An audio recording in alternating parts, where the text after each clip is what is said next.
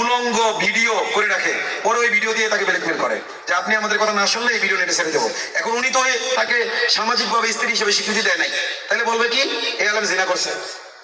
এই কারণে অনেক আলেম সরকারের বিরুদ্ধে কথা বলতে পারে না, মোদী সরকারের বিরুদ্ধে। বিশ্বাস হয় আপনাদের? আমার এই জিনিসগুলো নিজের এক্সপিরিয়েন্স থেকে বলছি, কারো কাছ থেকে শুনে বলতেছি না। আমি ইন্ডিয়ায় দেওবন্দে ছিলাম, আমি দেওবন্দ মানে উত্তরপ্রদেশের বিভিন্ন জায়গায় ছিলাম, আমি ইউপি, এরপরে আমি মুজাফফরনগর ছিলাম, আমি দিল্লিতে ছিলাম, আমি হায়দ্রাবাদে ছিলাম, আমি কর্ণাটকে ছিলাম, আমি কলকাতায় ছিলাম। ইন্ডিয়ার বিভিন্ন প্রদেশে ঘুরে ঘুরে আমি অনেক অভিজ্ঞতা অর্জন করেছি। ক্লিয়ার কথা, রাসূল বলেছেন ওয়াদানা রাসূলুল্লাহ সাল্লাল্লাহু আলাইহি ওয়াসাল্লাম গযাযাতাল হিন্দ, রাসূল আমাদের হিন্দুস্তানের সাথে আমাদের লড়াই হবে এই ঘোষণা দিয়েছেন না দেন নাই? দিয়েছেন। এবং দেওবন্দে পড়ার সুবাদে আমি ইন্ডিয়া গিয়েছিলাম, কিন্তু আমি পুরো ইন্ডিয়া সফর করেছি। এটা আল্লাহ তাআলা ইলহামই ভাবে আমাকে করাইছেন।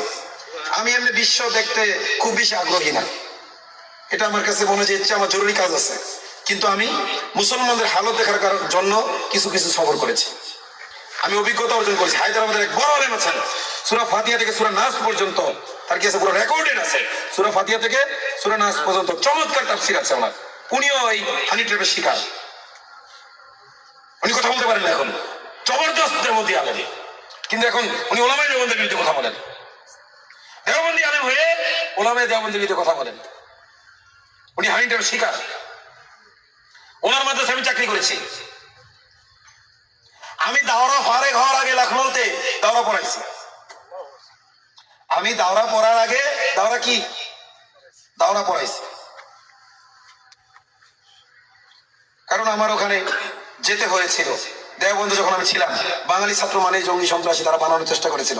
ওখান থেকে গিয়েছি, কি করব, এক মাওলানা সাহেব আমাকে দারুল হাদিসের দরসে বসিয়ে দিয়েছে। আলহামদুলিল্লাহ, আল্লাহ শুকরিয়া।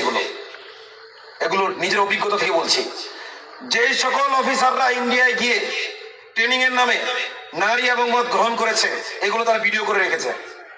এখন এরা চাইলেও কি ইন্ডিয়ার বিরুদ্ধে যেতে পারবে না। কথা কি বুঝতে পারছেন? ইন্ডিয়ার বিরুদ্ধে গেলেই বিভিন্ন ওই যে ব্ল্যাকমেইলের সাংবাদিক আছে না, ইউরোপ আমেরিকা থাকে, দেখেন না মাওলানা সাইফুলকে মারছে, আমরা কেউ জানি না, আল্লাহর কসম আমি জানি না। বৈষম্যহীন কারামুক্তি আন্দোলনের অন্যতম প্রতিষ্ঠাতা আমি, উনি কেন্দ্রীয় জয়েন্ট সেক্রেটারি, ওনার বাসায় যে আর্মি নির্যাতন করছে আমি জানি না। আমার সাথে রেগুলার যোগাযোগ হয়, অথচ আমি সাইফুল ইসলামের কি হয়েছে আমি জানি না। মানুষ আমাকে বলতেছে উনি এই স্ট্যাটাস ছিল, ওনার কি হয়েছে, কিন্তু ওই ব্ল্যাকমেইলের সাংবাদিক কেমনে জানলো? তাইলে যে গিয়েছে, যারা করেছে এটা, নিঃসন্দেহে ওই ব্ল্যাকমেইলের সাথে এদের সম্পর্ক আছে না নাই? আমাদের বাংলাদেশের মিডিয়া জানার আগে ওই ব্ল্যাকমেইলার জানলো কেমনে?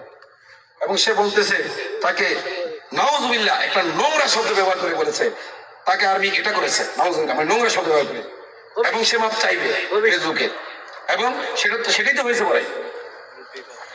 এইগুলো ইন্ডিয়া করে রেখেছে। প্রশাসনের মধ্যে যারা দেশপ্রেমিক আছেন তাদের বলবো এদেরকে ছাঁটাই করেন, কারণ এরা ইন্ডিয়ান ব্ল্যাকমেইলের শিকার।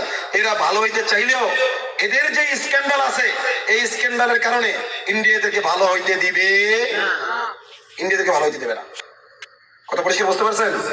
এই জন্য এদের সংস্কার দরকার আছে।